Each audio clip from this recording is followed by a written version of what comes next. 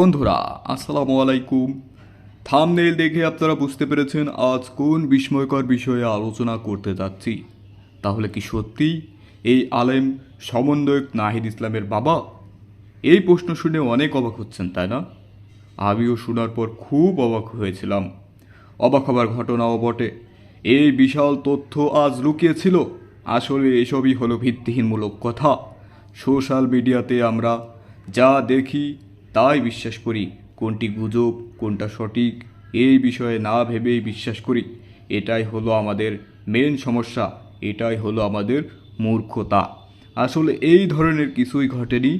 তবে এই দুজন আলাদা ব্যক্তি, তাদের মধ্যে কোনো সম্পর্ক নেই, এটা 100% শতভাগ নিশ্চিত।